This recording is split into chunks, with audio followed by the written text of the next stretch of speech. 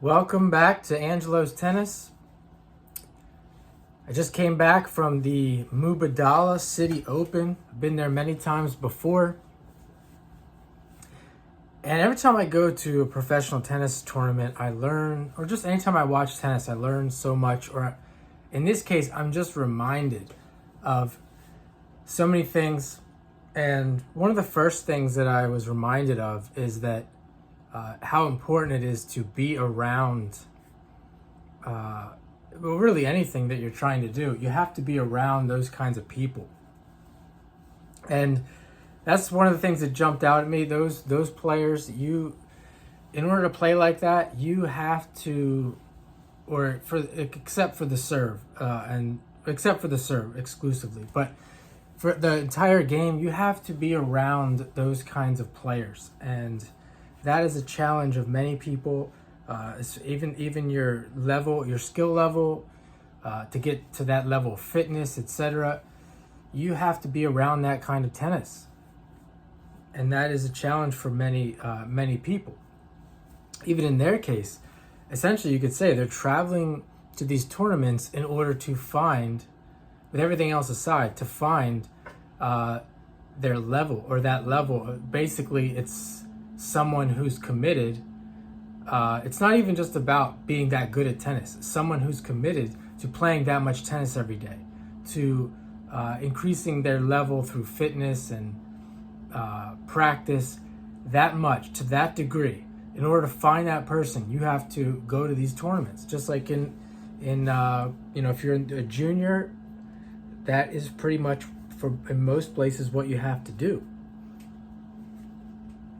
And the other thing, a couple other things I learned, people, and I always see this, people are so attracted to fame. And I'm not sure that I've ever really been like that, but these people get around these players, and you hear everyone talking, and they're just so excited about these just regular people who play tennis every day. I mean, literally, that's all they do. That's all they do is play tennis every day and work out every day. And they're famous. The whole thing is ridiculous. And I did think I saw some good tennis. It was qualifying. Most of the players were ranked between 100 and 200, and I'll probably try to throw some clips in here. Most of them were hitting extremely hard, particularly on the serve, and save for maybe one or two players, particularly the men. And that is something that I'm always reminded of too, because when you're out there, you're playing every day, and you just don't feel like exerting yourself. You, over a long period of time, and also considering the players that you're playing, you can just kind of fall into this lull that I don't really need to play that hard. And then you see it there, how much intensity, particularly the serve, that they're putting into that serve. And I'm not sure that the top 100, that is the case as much as the qualifying, this is why I like the qualifying. I used to like going to qualifying more, because I thought they fought harder, or at least they felt like they had to fight harder. It was more intense. And I haven't really analyzed this, but that's the feeling that I get when I'm there, that they are really feeling like they have to really go for everything in order to get through, in order to win. It's kind of like, almost like the struggle. They're always in this big struggle for survival, where the people in the top 100, I saw this on the practice court. I was watching Badosa playing with Anj Jabeur, and I saw Raducanu there. They're so relaxed and they're so chill. And I saw Manarino over there. He was chilling. Goffin looked like he was just hanging out. Like, to them, it's just another day in the office. And those are the guys that don't really, they're not really banging away like these other guys. I mean, they still hit hard, but it's not the same. You got to be there to experience it.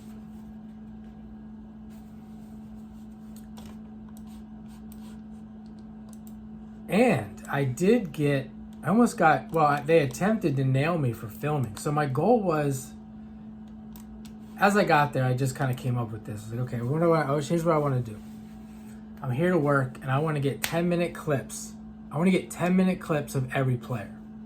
Even if it's like broken up, I just want to get 10 full minutes of watching them play. Up close as I can get. Try to make it look good, work on my video skills. And halfway through the day, an umpire must have saw me, because I was at the one court I was at, and I was filming Kimberly Burrell. I don't even know who she is. I didn't even care. I literally didn't even care. I was just trying to get a 10-minute clip of every player that was there. So something else. What else I noticed? This idea, you do see different players that are more specific about technique and looking good, and you can tell that there's some that kind of like more trained the way I talk about, where they really don't talk about it that much. It was even that guy from Kazakhstan. I got a clip of him here.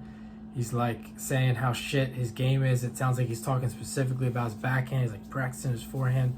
I mean, this is a guy's ranked 150 in the world, and he's in a tournament. He's in a ATP 500 qualifying, and has a real opportunity here. And he's talking about his game being shit in the middle of a match. It's definitely not something you want to do, no matter how bad it's getting. To be focusing on your strokes during a match, even if you are of this philosophy of practicing strokes, quote unquote, technique, etc. You don't want to be doing that you don't want to be thinking about it in a match. So it was interesting to see that, and I've seen that before.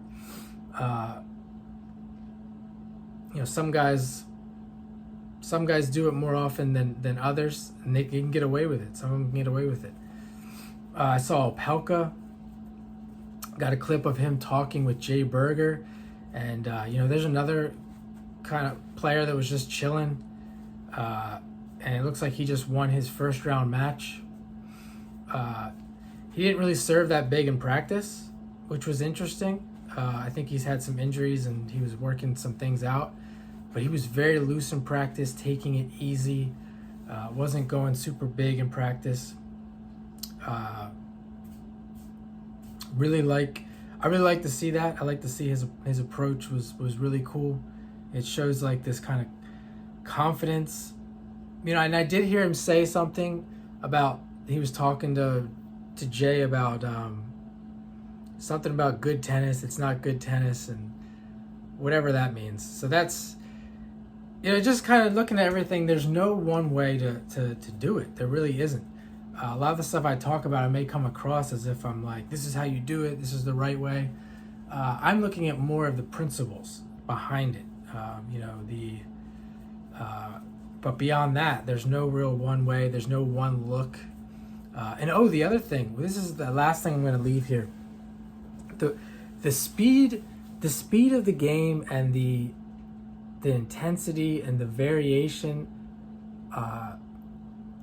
this is something where I think, in general, teaching technique specifically doesn't work, because you have to be able to figure out almost, how do I say, like, to get the contact point right. Some people say to come over the ball.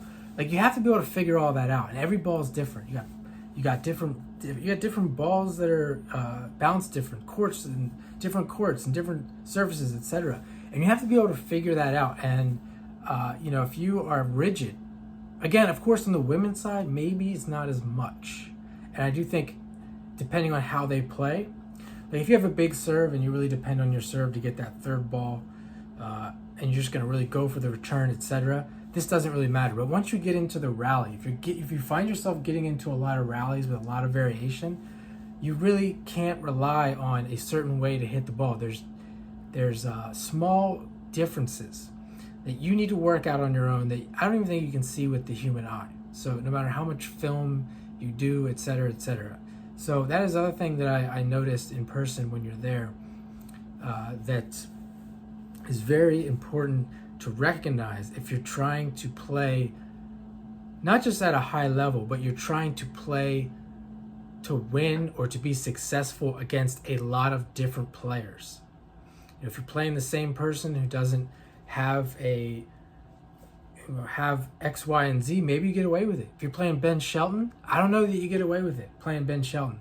There's little things you got to work out to come over the ball, to get the right contact point, that it's more of a feeling that is more of like than a conscious thing that you do. So of course you could say I'm not playing Ben Shelton. Well, I don't, and that might be true, but I don't know what to say. Eventually you're gonna run into not necessarily a Ben Shelton, but somebody who maybe a lefty, maybe someone who hits a certain way, etc. And to avoid complaining about your forehand and complaining about this and complaining about that, and being successful no matter what the conditions are. This is what I think has to happen. So I did notice, at least I felt like I could see that with my eyes up close.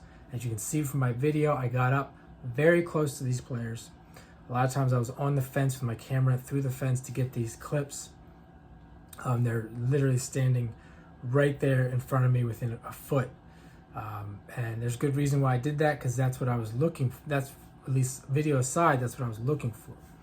So check out my videos. I have lots of videos on these clips. I'll continue to drop them more. I'll be going to another tournament next week, so stay tuned for that. And continue the discussion. If you have any questions, leave them in the comments.